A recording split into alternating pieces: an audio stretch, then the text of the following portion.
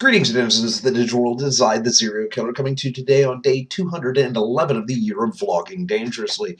And today is my, well, not long awaited, but a week overdue review of The Dark Knight Rises. I watched the video, or watched the movie again today with my regular movie watching crew, which makes me in less of a trepidatious mood. Yeah, I'm less tiptoeing than I would be otherwise, because most of them watch these videos, and if anything slips, well, I'm a dick for putting it wrong, but I don't want to fuck them over. So, that said, The Dark Knight Rises is an absolutely fantastic way to cap a trilogy. This is a movie that does everything it needs to do to realize a well-done third act to a trilogy while having its own fully realized universe as it is. Batman's iconic enough that you don't need to explain Batman. You don't. So this movie was able to explain its time frame of Batman quite well. Christopher Nolan's insular little world that he's created for Batman, he refers back to it several times throughout the movie in interesting ways. Brings in things that you wouldn't expect. You see faces you wouldn't expect. It's a very well done movie in that respect, but at the same time, it's an incredibly good journey into the psyche of Bruce Wayne, trying to cope with not having been Batman for quite some time. Standout performance of the movie, again, as usual, goes to Michael Caine. He's a scene stealer. He steals the movie. But at the same time, Joseph Gordon-Levitt continues to show amazing chops as an actor to me. He's the new addition standout of quite a few new additions to the trilogy. This one, we've got we got half a dozen new additions, including Bane and Catwoman in this, and you know. There are various degrees of mythology used to introduce these characters, and it's good.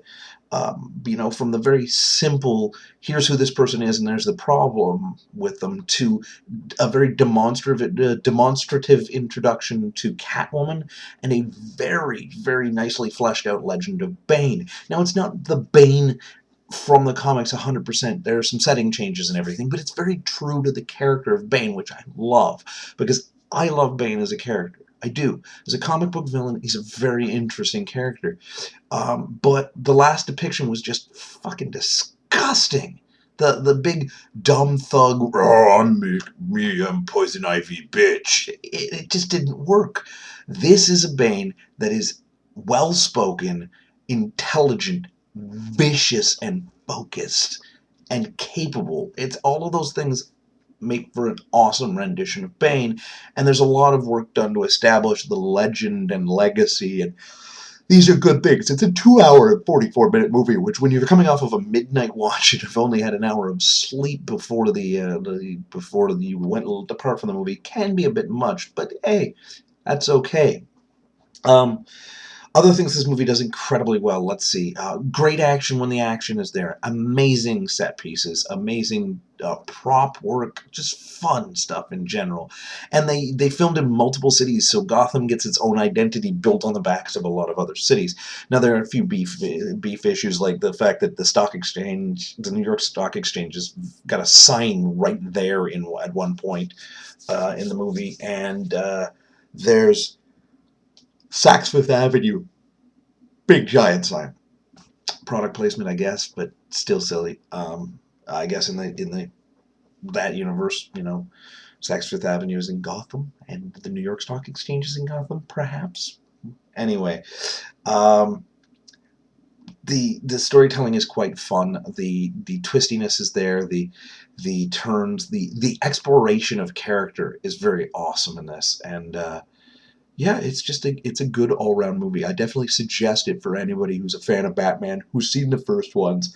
And it does, Christopher Nolan, in creating this screenplay, has incorporated elements of a few very major Batman Batman stories, arcs in a way that you will instantly, if you're a fan and you've read these things, recognize them for what they are. And there's some very cool iconic moments in there. There's some cool nods. There's an old school Adam West reference that's kind of hard to spot at first, but wow, it's a fun little one. Not as overt as I would like.